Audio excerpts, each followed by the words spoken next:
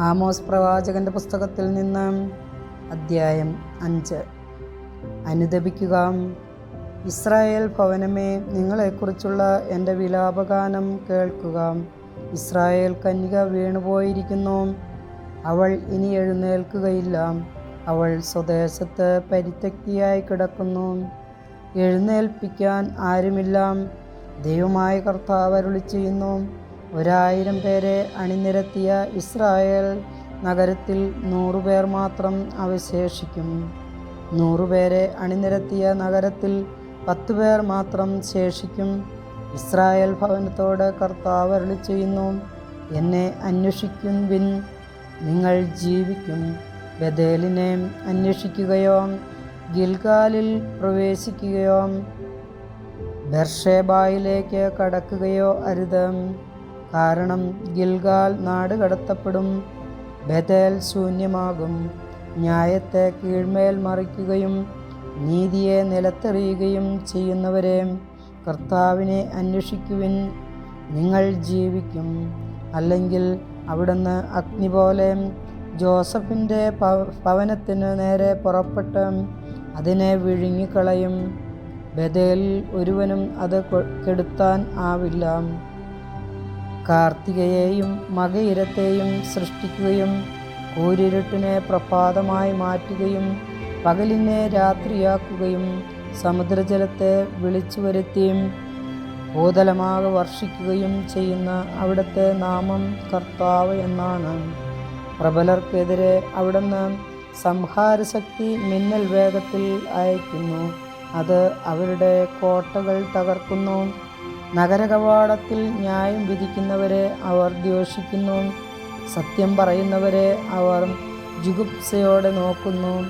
ദരിദ്രനെ ചവിട്ടിയരയ്ക്കുകയും അവനിൽ നിന്ന് അന്യായമായി ഗോതമ്പ് ഈടാക്കുകയും ചെയ്ത് നിങ്ങൾ ചെത്തിയൊരുക്കിയ കല്ലുകൊണ്ട് മാളിക പണിയുന്നു, എന്നാൽ നിങ്ങൾ അതിൽ വസിക്കുകയില്ല.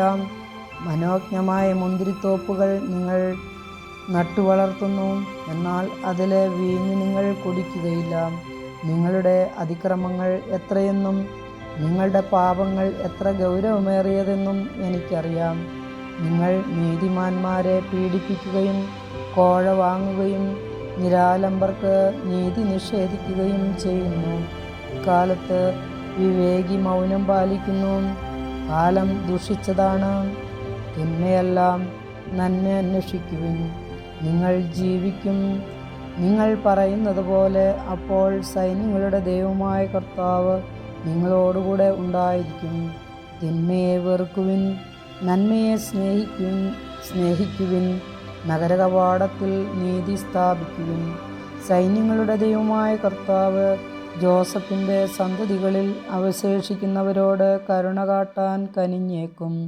അതിനാൽ കർത്താവ്, സൈന്യങ്ങളുടെ ദൈവമായ കർത്താവ് അരുളിച്ചെയ്യുന്നു, തെരുവുകളിൽ നിന്ന് വിലാപം ഉയരും, എല്ലാ വീഥികളിലും നിന്ന് അവർ ഹാ കഷ്ടം എന്ന് പ്രലപിക്കുന്നു. അവർ കർഷകരെ കരയാനും വിലാപ വിദഗ്ധരെ വിലപിക്കാനും വിളിക്കും. മുന്തിരിത്തോപ്പുകളിൽ വിലാപം ഉയരും, കാരണം ഞാൻ നിങ്ങളുടെ ഇടയിലൂടെ കടന്നുപോകും. കർത്താവ് അരുളിച്ചെയ്യുന്നു. കർത്താവിൻ്റെ ദിനത്തിനായി കാത്തിരിക്കുന്നവരെ, നിങ്ങൾക്ക് ദുരിതം. എന്തിനാണ് നിങ്ങൾക്ക് കർത്താവിൻ്റെ ദിനം? അത് അന്ധകാരമാണ്, പ്രകാശമല്ല. സിംഹത്തിൻ്റെ വായിൽ നിന്ന് രക്ഷപ്പെട്ട് കരടിയുമായി കണ്ടുമുട്ടുന്നത് പോലെയോ, വീട്ടിലെത്തി ചുമരിൽ കൈകോർത്ത് ചാരി നിൽക്കുമ്പോൾ സർപ്പദംശനം ഏൽക്കുന്നത് പോലെയോ ആയിരിക്കും അത്. കർത്താവിൻ്റെ ദിനം പ്രകാശമല്ല, അന്ധകാരമാണ്, പ്രകാശലേശമില്ലാത്ത തമസാണ്. നിങ്ങളുടെ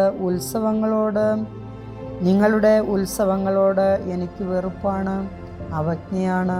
നിങ്ങളുടെ മഹാസമ്മേളനങ്ങളിൽ എനിക്ക് പ്രസാദമില്ല. നിങ്ങൾ ദഹനബലികളും ധാന്യബലികളും അർപ്പിച്ചാലും ഞാൻ സ്വീകരിക്കുകയില്ല. സമാധാന ബലിയായി നിങ്ങൾ അർപ്പിക്കുന്ന കൊഴുത്ത മൃഗത്തെ ഞാൻ നോക്കുകയില്ല. നിങ്ങളുടെ ഗാനങ്ങളുടെ ശബ്ദം എനിക്ക് കേൾക്കേണ്ട. നിങ്ങളുടെ വീണാനാദം ഞാൻ ശ്രദ്ധിക്കുകയില്ല. നീതി ജലം പോലെ ഒഴുകട്ടെ, സത്യം ഒരിക്കലും വറ്റാത്ത നീർച്ചാൽ പോലെയും. ഇസ്രായേൽ ജനമേ, മരുഭൂമിയിൽ കഴിച്ച 40 വർഷം നിങ്ങൾ എനിക്ക് ബലികളും കാഴ്ചകളും അർപ്പിച്ചുവോ? നിങ്ങൾ ഉണ്ടാക്കിയ നിങ്ങളുടെ രാജദേവനായ സാക്കൂത്തിനെയും നക്ഷത്രദേവനായ കൈവാനെയും ചുമന്നുകൊണ്ടുപോകുവിൻ. ദമാസ്കസിന് അപ്പുറത്തേക്ക് നിങ്ങളെ ഞാൻ പ്രവാസികളായി അയക്കും. കർത്താവ് അരുളിച്ചെയ്യുന്നു. സൈന്യങ്ങളുടെ ദൈവമെന്നാണ് അവിടുത്തെ നാമം.